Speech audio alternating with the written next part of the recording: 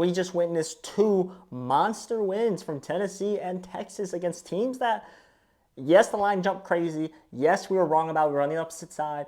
They proved me wrong. They show why these two teams are what they are, which is really, really good. I made a video about both of these games, the Tennessee game and the Texas game, saying that the line over exaggeration was too much, which I still believe is too much. There's no way in hell that Tennessee NC State game should have jumped 4 points when they versed FCS schools the week prior. And I did say, yes, they still might be 10 points better, which I think Tennessee showed that they are 10 points better. But we can't make that determination based off an FCS game the previous week, right? I made that video. You guys love to come at me in the comments already. But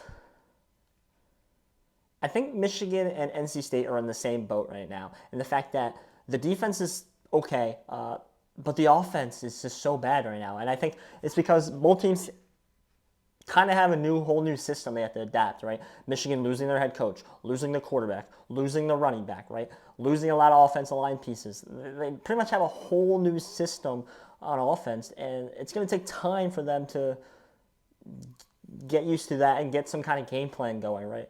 This is still college football by the end of the day. And I think by the end of the season, Michigan and Texas might be a lot closer in value, how good they are. They might be a lot closer than it was that day. I think Michigan still has a lot of struggles. And you can say the same with NC State and Grayson McCall. Still trying to learn a system is Grayson McCall. He doesn't have the greatest deep arm strength. And I think that's showing a lot here in these games. Tennessee's got a good defense. I think Tennessee's legit, man. This team, it's starting to scream like wagon. I mean, they're 3-point dogs against, or 3-point favorites against Oklahoma on the road. I would almost lay it already. Oklahoma looks terrible. This team looks really, really good.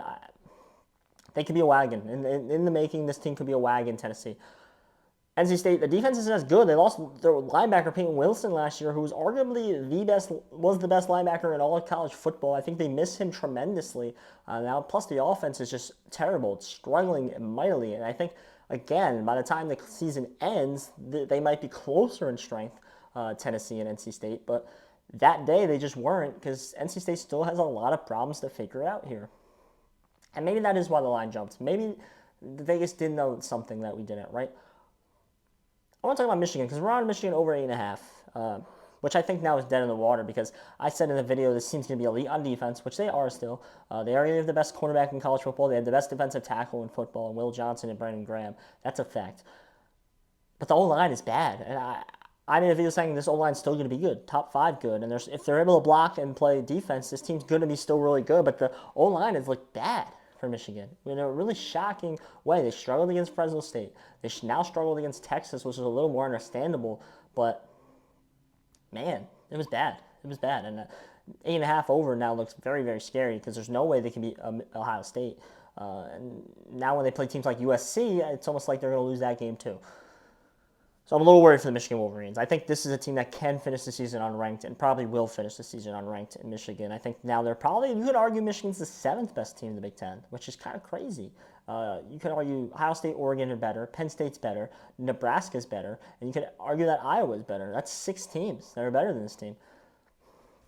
And USC. Did I even say USC? And USC. That's what? That's 6 teams that are better. That's a lot for Michigan.